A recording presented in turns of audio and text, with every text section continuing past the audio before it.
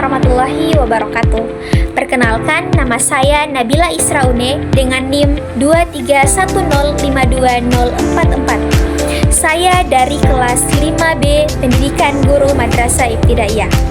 Nah, pada hari ini saya akan menjelaskan materi mengenai mata kuliah Pendidikan Jasmani Olahraga dan Kesehatan pada materi olahraga renang. Simak baik-baik ya. Bagian pertama adalah sejarah renang. Perlu kita ketahui bahwa renang adalah salah satu olahraga tertua di dunia dengan sejarah yang dapat ditelusuri kembali ke zaman prasejarah. Bukti awal aktivitas renang ditemukan dalam sebuah lukisan gua yang berasal dari zaman batu di kawasan Mesir dan Libya. Selama peradaban kuno seperti di Mesir, Yunani, dan Roma, renang tidak hanya dianggap sebagai sarana rekreasi, tetapi juga sebagai keterampilan esensial untuk latihan militer dan keselamatan. Nah, mulai pada abad ke-19, renang mulai berkembang sebagai olahraga kompetitif, terutama di negara Inggris, dengan pembentukan klub-klub renang dengan kompetisi formal. Lalu renang kemudian diakui sebagai bagian dari Olimpiade modern pertama pada tahun 1896 di Athena. Nah, selanjutnya untuk ukuran kolam renang. Peraturan sangat mengatur ukuran dan spesifikasi kolam renang. Kolam standar internasional memiliki panjang 50 meter dan lebar minimal 25 meter dengan kedalaman 2 meter.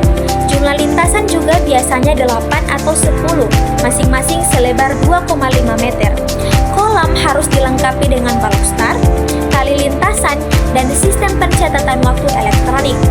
Persatuan Renang seluruh Indonesia menetapkan standar ini untuk kompetisi nasional dan pembinaan atlet muda, serta mendorong pembangunan fasilitas yang sesuai di dalam setiap daerah. Berikutnya kita masuk dalam jenis-jenis gaya untuk olahraga renang. Yang pertama ada yang namanya gaya bebas. Renang gaya bebas itu apa sih? Nah, jadi renang gaya bebas adalah salah satu gaya renang yang paling populer dan banyak digunakan dalam sebuah kompetisi renang. Meskipun namanya bebas, tapi dalam konteks lomba biasanya merujuk pada gaya crawl, karena ini adalah gaya yang paling tercepat. Dalam renang gaya bebas juga perenang bergerak maju dengan gerakan tangan yang bergantian dan kaki yang menendang secara konstan. Posisi tubuh relatif mendatar di permukaan air yang membantu mengurangi hambatan dan meningkatkan kecepatan. Jenis gaya yang kedua adalah gaya dada.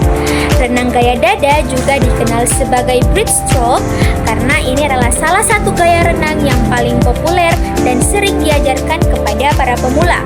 Gaya ini dikenal dengan gerakan yang menyerupai katak berenang, di mana perenang menggerakkan kedua tangan ke depan secara bersamaan, lalu menariknya ke samping, sementara kaki melakukan tendangan keluar dan ke dalam. Gaya ini juga meningkatkan koordinasi dan keseimbangan dan menjadikannya sebagai pilihan yang ideal untuk semua tahap usia dan tingkat keahlian. Jenis gaya yang ketiga yaitu gaya punggung. Gaya ini dikenal karena posisi perenang yang menghadap ke atas dengan punggung berada di permukaan air.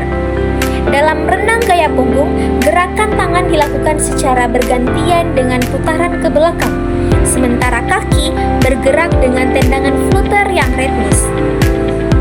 Gaya ini juga membutuhkan koordinasi yang baik antara gerakan tangan dan kaki, serta kesadaran posisi tubuh untuk menjaga agar tetap lurus.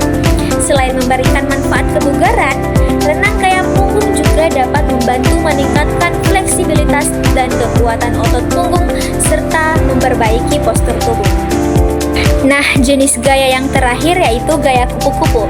Renang gaya kupu-kupu adalah salah satu dari 4 gaya renang yang sering dipertandingkan dalam kompetisi renang. Gaya ini dikenal dengan gerakan yang menuntut kekuatan dan teknik yang tinggi, di mana kedua lengan bergerak secara bersamaan di atas permukaan air, sementara kaki melakukan gerakan yang disebut dolphin kick. Nah, kunci dari renang gaya kupu-kupu adalah koordinasi yang baik antara gerakan lengan dan kaki, serta ritme pernapasan yang tepat. Terakhir yaitu manfaat dari olahraga renang. Renang adalah salah satu olahraga yang menawarkan berbagai manfaat bagi kesehatan fisik maupun mental.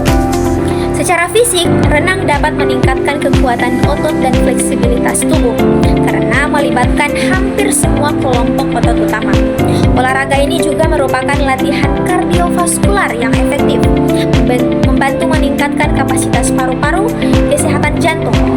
Selain itu, renang memiliki dampak rendah pada sendi, menjadikannya pilihan yang baik bagi mereka yang memiliki masalah persendian atau cedera. Dari segi mental, berenang dapat mengurangi stres dan kecemasan serta meningkatkan suasana hati. Pembelajaran renang di sekolah dasar memiliki peran strategis dalam membentuk keterampilan hidup sekaligus meningkatkan kebugaran jasmani siswa. Renang bukan hanya olahraga, tetapi juga keterampilan dasar yang berkaitan dengan keselamatan di air. Implementasi di sekolah dasar dilakukan dengan pendekatan bertahap, mulai dari pengenalan air, penguasaan teknik dasar, hingga penerapan gaya renang sederhana. Guru PJOK berperan sebagai fasilitator yang memastikan bahwa setiap siswa dapat belajar dengan aman, menyenangkan, dan sesuai dengan kemampuan masing-masing. Tujuan utama implementasi renang di sekolah dasar adalah memberikan pengalaman belajar yang bermakna bagi siswa. Melalui pembelajaran ini, siswa diharapkan mampu menguasai keterampilan dasar seperti meluncur, mengapung, dan bernapas dengan benar. Selain itu, pembelajaran renang juga bertujuan menanamkan nilai disiplin, keberanian, kerjasama, dan sportivitas.